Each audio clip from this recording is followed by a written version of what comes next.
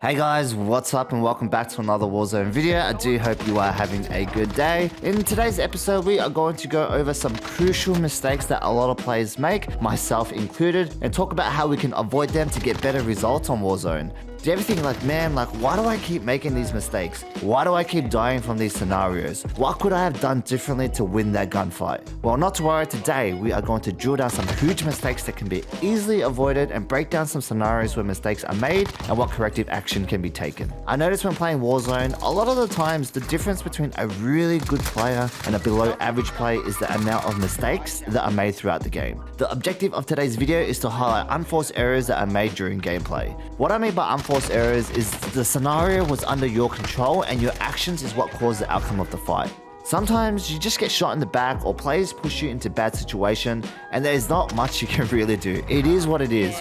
However, unforced errors can be easily avoided when you know what these mistakes are and you can take corrective action. It's super beneficial to approach it with a growth mindset so you can get better next time when a similar scenario happens. With the intro out of the way, let's continue with the video. Mistake number 1, re-peeking the same spots. This is probably the most common mistake in Warzone, and to be honest, I still do this to this day. It's something about when you're in a gunfight, you think you're just better than another person for some reason. So you're just I'm just gonna peek the same corner. Surely I'll be faster and have better aim than the enemy. However, if you're peeking the same spots, being predictable, the enemy will be pre-aiming, reading your movements, and it's just really hard to win gunfights that way. A lot of the times, it's a really good idea to change your last known location during gunfights to keep the enemy guessing. That just pretty much means if the target knows you're going to peek this angle, you need to take another angle or not take that gunfight at all. Even subtle repositions during gunfights can make a huge difference to give you the upper hand. I'm just gonna break down one scenario where I'm just being stupid and I re-peek the enemy where he already knows my location. Another scenario where I play a bit more smart and just change up my angles. So in this scenario, me and my teammate are pushing another squad. My teammate gets down, but I managed to get into cover. To be honest, I didn't really see the guy, however, I know he is shooting me from the right. Couple of different options I could have taken here. Number 1, I could have advised my teammate to crawl back into cover. Number 2, I could have armored up before recharging. Number 3, change the angle. The enemy is going to predict I'm going to re-peek the same angle, my last known location pretty much. So I end up making the mistake, I re-peek the same angle, I don't know where the target is, I need to track him, he beams me because he already knows where I am and I lose that gunfight. So I end up losing the gunfight. To be honest, this is a mistake I try not to do, but it is what it is. I try to learn from it. In the next scenario, I try to make a conscious effort not to peek the same angles. Let's see how it goes. So in this scenario, a car drives up to the petrol station and we are about to engage in a gunfight. We're playing quad, so it looks like it's a 2v4 scenario in their favor. Me and my younger sister have been playing together for a while now. We work really well as a team. Shout out to Alize, one of the MVPs. I hope you're having a good day. My teammate ends up getting it down from the car. I spot someone on the roof and I manage to break armor on the guy. I don't full send straight away. I know the body count is still 3, so I still try to play it smart. So in my head, I've been here too long. The enemy knows my position, so I change the angle. I get another couple shots in. Again, when you shoot, you give away your position to the enemy, so I change the angle again to keep them guessing. Notice even when I'm moving, I'm trying to anticipate if the enemy will re-peek, and I constantly slide cancel to make myself a harder target to hit.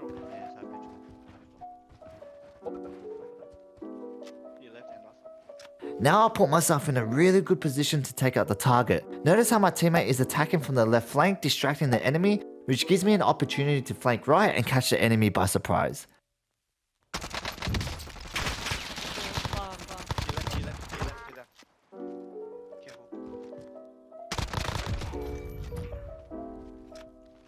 Notice how we both kept changing our angles, not being stagnant, not peeking the same corners, playing really smart instead of just attacking the enemy head on and being predictable. Mistake number 2, freaking out when your teammate gets down. This is a huge mistake I see many times on Warzone. You're in the middle of a gunfight, right? Your teammate gets down, you're in a good position. However, something inside you triggers, you're a natural born hero, you're a good friend, you're a good squad mate. With the power of family, you try to save your squad mates. A lot of times though, with the adrenaline pump, you compromise your life and you leave yourself open. Hey, Andy, you should have got that self-revive. You saved it. Bear in mind, I believe in teamwork. I understand pushing together as a team and having each other's back. However, if your teammates are down and there are still enemies lurking around, remember to play it smart. Still focus on the target and try not to put yourself in bad positions. Only go for the revive if you know if it's 100% safe to do so. A lot of the times, if you play it smart, you can end up taking the opposing team out, and you can always buy back your teammate, worst case scenario. There have been so many times when I'm pushing a squad and the opposing team is going for the revive, even though I'm still full sending. So next time you're playing and your teammate gets down, remember to stay calm, think about the situation and where the enemies are, and take action accordingly. I'm just going to break down a simple scenario where my teammates get down, however I don't freak out and keep focused on the immediate threat. So in this breakdown, we are pushing another team at train station. We are playing quite aggressive to take advantage of our momentum.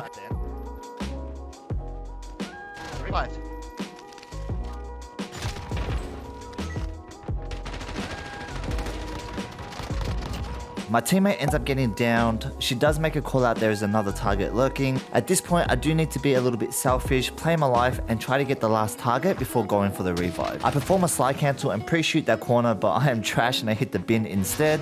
Now the target is swinging to the left, so I proceed to do a jump shot into a drop shot and I managed to get the kill. As you can see, now I'm able to revive my teammate safely without any issues. I really think if I freaked out, went for the revive first, the enemy would have flanked us and I would have lost that gunfight for sure. So next time you're in engagements, even if your teammates are down, remember to stay calm and only go for the revive when it's safe to do so. Before we continue, I just want to give a shout out to all my subscribers, to all the people liking the videos, people leaving really supportive comments. You guys are the best. I really do appreciate it. Thank you so much. Quick reminder, if you learned anything new or found this video helpful, remember to click the like button. That would be much appreciated. Also, if you are interested, make sure to sub to the YouTube channel. I spend a lot of my spare time making Warzone videos. So yeah, if you like this type of content, make sure to subscribe. Anyways, let's continue. Mistake number 3, not adding movement during gunfights. So guys, by now, most people already know most of the movement mechanics in Warzone. If you don't know how to slide cancel, jump shot, or bunny hop, please go check out my movement video, that will help you out. I'll leave a link in the description. Big mistake I notice a lot of players are making is not adding movement during gunfights. We all slide cancel around maps, slide cancel around loot boxes. However, sometimes during gunfights, I think it's really easy to forget to add movement to give yourself the upper hand. Personally, I forget to add movement mechanics during gunfights all the time just due to the adrenaline rush, and yeah, I have to constantly remind myself to add some sort of movement in those 50-50 gunfights. In Warzone, it's really not enough just to strafe anymore. You need to be jump shotting, bunny hopping, or slide cancel to be competitive at this point, especially against those sweats. A lot of times you get into 50-50 gunfights, it's just the nature of the game. You're not always going to have free shots on people. In these scenarios, you need to be adding movements to make yourself a harder target to hit while hitting your own shots. For example, one of the most important mechanics in my opinion is the jump shot. If you're not doing jump shots in 50-50 gunfights, you're not doing yourself a favor. So yeah, you need to learn how to do jump shots at least. If you're on console, you need to figure out your button layout so you can do jump shots. I recommend bumper, jumper, tactical flip. I will leave this up to you guys. Remember to experiment and do what works for you. I'm just going to break down a simple scenario where I use movement to my advantage. My teammate calls out there is an enemy behind the house. Instead of just walking slowly and peeking around the corner, I perform a slide cancel to catch the enemy off guard. As you can see, the target is pre-aimed in the corner. If I slow peeked that without any movement mechanics, I would have been in trouble. Now I also perform a jump shot to make myself a harder target to track and I end up getting the kill. Very simple demonstration, however, as you can see, adding movement mechanics in those 50-50 gunfights can give you a huge advantage and you should be able to tip the scale in your favor.